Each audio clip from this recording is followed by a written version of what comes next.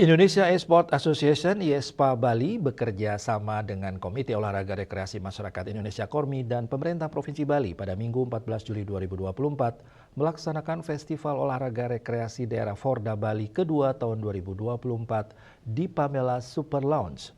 Juara satu dalam turnamen ini akan mewakili Bali pada Fornas 2025 di Lombok, NTB.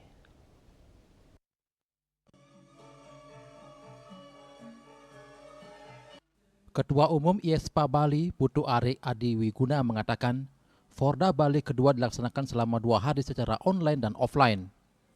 Tanggal 13 Juli dilaksanakan kualifikasi, dan tanggal 14 Juli dilaksanakan Grand Final.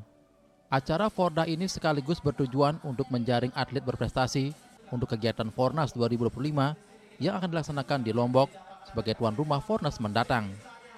Tahun 2023 Fornas dilaksanakan di Bandung, di mana saat itu IESPA Bali memperoleh perak dan perunggu. Berharap ke depan IESPA Bali memperoleh emas. Animo generasi muda khususnya di Bali sangat tinggi sekali dalam mengikuti turnamen, di mana setiap bulan IESPA Bali melaksanakan turnamen-turnamen yang menyebabkan Forda Bali ini bisa terlaksana. Dalam Forda Bali kedua, peserta melebihi dari target yang direncanakan. Ke depan diharapkan generasi muda yang ada di Bali bisa lebih semangat lagi untuk latihan. Forda Bali hanya mempertandingkan 3 kategori, yaitu Mobile Legends, Football, dan Tekken, di mana game ini akan dipertandingkan di Fornas di Lombok pada awal tahun 2025 mendatang. Hari ini kita dari IESPA, yaitu Indonesian Esport Association yang berada di Bali. Nah, kalau hari ini kita lagi mengadakan Forda untuk Fornas 2025, seperti itu. Nah, kegiatan ini kita selenggarakan 2 hari, yaitu online dan offline. Kebetulan offline-nya hari ini, yaitu di grand finalnya, karena kualifikasi itu kemarin, seperti itu, Pak.